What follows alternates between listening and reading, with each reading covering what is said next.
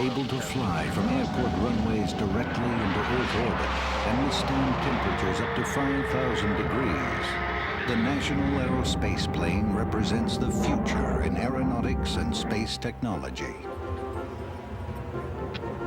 NASA and the Department of Defense are co-sponsoring a unique cooperative effort among aerospace companies to design and develop the airframe, materials, and systems for the National Aerospace Plane scheduled to begin flights in the late 1990s. The aerospace plane follows in the footsteps of a distinguished series of experimental aircraft that overcame many obstacles. Beginning with the Bell X-1, Chuck Yeager's historic flight broke the sound barrier. In the 60s, the X-15 flew at 7 times the speed of sound. More recently, the X-29, with its sophisticated forward-swept wing design, proved advanced materials and computer-aided controls yield unmatched maneuverability. When the next experimental plane, the X-30, becomes a reality, it will harness a set of ramjets, scramjets, and finally rocket propulsion flying directly into orbit. The promise of low-cost access to space has also encouraged the Europeans and Japanese to begin working on their own versions of the space plane. While the interest in creating such a technology is very high, it presents unique and even daunting challenges. No existing plane or wind tunnel can duplicate the 17,500 miles per hour the X-30 will attain. Computer models are being used to simulate the shock waves and heat the X-30 will encounter as it roars through Earth's atmosphere nearly 30 times faster than a jet airliner. Materials for the plane must meet rival needs of strength, lightness, and ability to withstand searing temperatures at re-entry.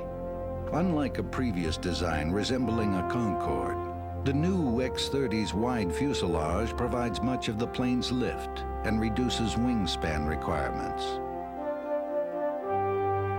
A wide nose directs airflow into the plane's air-breathing ramjet and scramjet engines.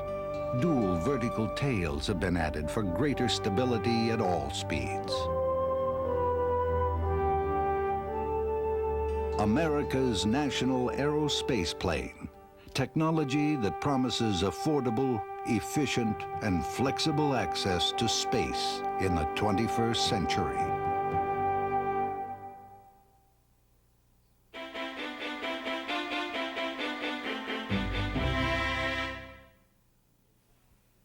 Device 15. They fly into space repeatedly, 11, so being able 10, to determine the condition 9, of shuttle components like the main engines is critical. Designing sophisticated monitoring systems to do this is the goal of a NASA-sponsored research effort at the University of Cincinnati. A team of faculty members and graduate students is developing a series of microsensors to indicate the health of spacefaring vehicles. Almost everything visible here is packaging used in testing. The sensor itself is just a tiny speck in the center. Viewing one of these sensors under a microscope reveals their sophistication. Advanced micro-machining techniques make it possible to include valves, heaters, or even motors in a device with a diameter less than that of a human hair. The goal is to embed these tiny flow sensors in the walls of critical shuttle engine and systems components to ensure they're functioning properly. And the sensors are so small that even if one came loose, it would have negligible impact on engine performance. UC researchers are also working on vibration and crack detection sensors for other parts of the shuttle, which could point out existing defects or indicate fatigue in high-stress areas where problems might occur. There are a number of potential spin-off applications for microsensors like these. Researchers at the University of Cincinnati's Medical Center are already exploring their use in the care of premature infants. A significant number of preemies suffer respiratory disorders. Many must be connected to a ventilator around the clock. But setting the ventilator remains a relatively imprecise science, and improper oxygen levels and pressures can contribute to more severe problems, including mental retardation. Assistant Professor of Pediatrics, Michael Donnelly. You get into situations where you're looking at morbidity. Are these babies going to grow up to be normal, fully functioning adults? Donnelly and his colleagues are studying the possibility of putting a microsensor inside the plastic tube inserted in a baby's trachea. With this type of flow sensor, we would have one of the vital numbers that we need, which is volume, related to each inspiration cycle. So right now we're looking at averages over 5 minutes or multiple cycles. This would actually take us down to look at breath-to-breath activity. Advanced microsensors, enhancing the health of spacefaring vehicles and those who might one day fly them.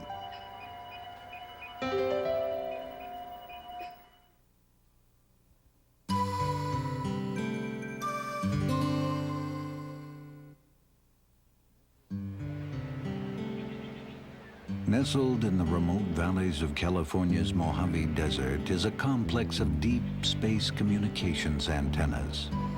Without these graceful giants, NASA would not be able to command and receive information from satellites or investigate distant stars and galaxies.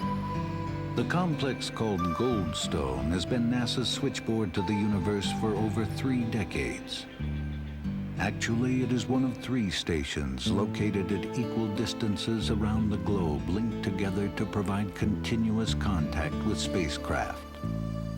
The largest of all dishes, measuring 70 meters across, has been in service for 25 years. Its large ear helps scientists collect data from missions like Magellan, currently mapping the surface of Venus.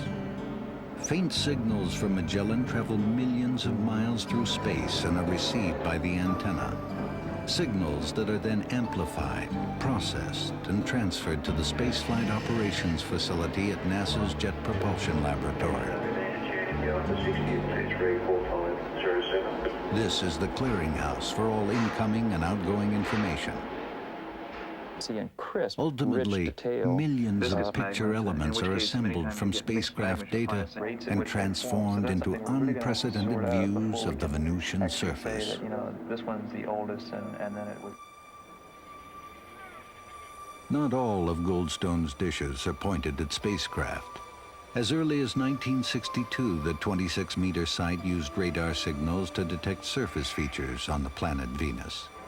A high-tech antenna was recently added to test new hardware, including equipment that will someday help search for life elsewhere in space. Goldstone is one of the country's oldest and most valuable resources. Tracking first began in 1958 with Pioneer 3 and 4, which measured a second radiation belt around the Earth and helped us chart a course to the Moon.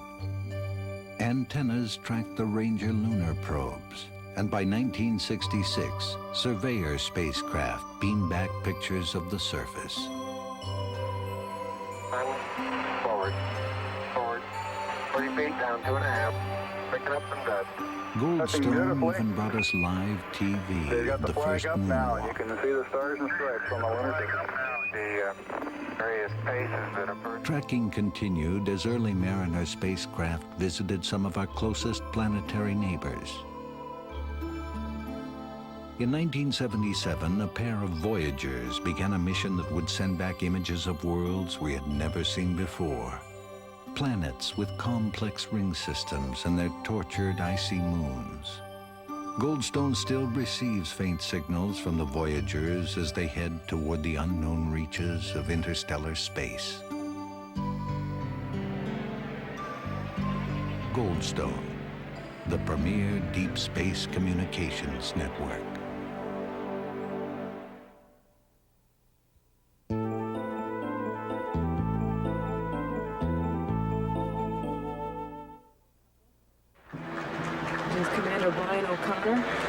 Leading the crew out. Launch day for STS-40, the first mission dedicated to studying the human body and microgravity. In Columbia's cargo bay, a reusable research Stand by 1, facility called Space Lab. A tunnel led crew members from Columbia's main cabin into the lab. Here they conducted a series of life sciences experiments designed by a team of international investigators, studying in unprecedented detail how the body adapts to weightlessness, how it readapts upon return, and the mechanisms regulating these changes. Crew members took turns wearing a neck chamber to measure the response of receptors that help govern blood pressure. The work seems to confirm that this blood pressure regulating system is impaired in space, which might help explain the lightheadedness astronauts experience when they stand up after landing. Data was also gathered on variations in blood flow and flexibility of vessels in the leg. This is thought to contribute to the body's inability to maintain normal blood pressure immediately upon return to Earth. Samples collected over the course of the 9-day flight are being analyzed to determine whether changes in hormone levels may be part of the reason bone and muscle deteriorate in space. Time spent pedaling a stationary bike served a dual purpose, providing information on exercise capacity and microgravity, as well as heart and lung functions. The distribution of blood in the lungs did not appear to change as predicted, a surprise scientists are currently evaluating. A number of other studies tested the theory that visual perception, in conjunction with changes in the inner ear, contribute to motion sickness symptoms most people experience when traveling in space. But measuring changes and even determining their causes is just a beginning, according to mission specialist Dr. Ray Seddon. What we really have to do is decide whether or not we have to reverse some of these changes, whether we have to develop countermeasures, for instance, for the loss of calcium that we see from the bones, the loss of fluid from the body. Of course, this mission was for only 9 days, and you can never say that what happens in 9 days is all that will happen in 3 years in going to Mars. There's no way that you can evaluate the countermeasures that you develop. They require a space station, and that's why we think space station is so important for life sciences research. Wherever possible, the research aboard Space Lab was done with an eye towards earthly applications. There are a lot of people who don't regulate their blood pressure properly, and they have high blood pressure. What can we learn about the changes that take place in weightlessness, about regulation, that we can put to use here on the ground? People, as they get older or as they're bedridden, tend to lose calcium from the bones. What regulates that, and how is it the same, and how is it different from weightlessness? And if we can counteract it for astronauts going to Mars, perhaps we can counteract it in women as they get older and developing osteoporosis. So there are a variety of things that I think we hope to gain from a mission such as this. Space Lab Life Sciences 1, the most comprehensive study of human adaptation ever undertaken, enhancing our future both in space and here on Earth. Touchdown. Roger that, Columbia. Welcome back, and congratulations on a super flight.